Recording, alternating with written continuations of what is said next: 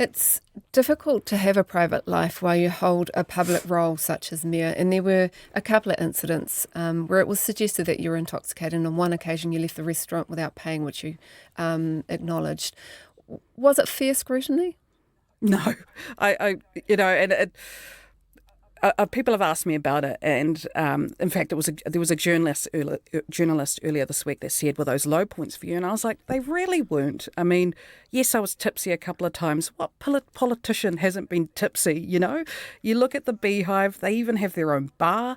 Some seasoned ministers have known to be out and about, quite tipsy, including previous mayors.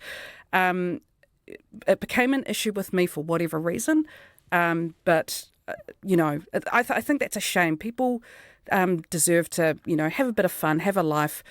Yes, I became much more private after that because I didn't want that to be a distraction, but I don't think it was fair. Why do you think you were treated differently? Why do you think people were watching you more?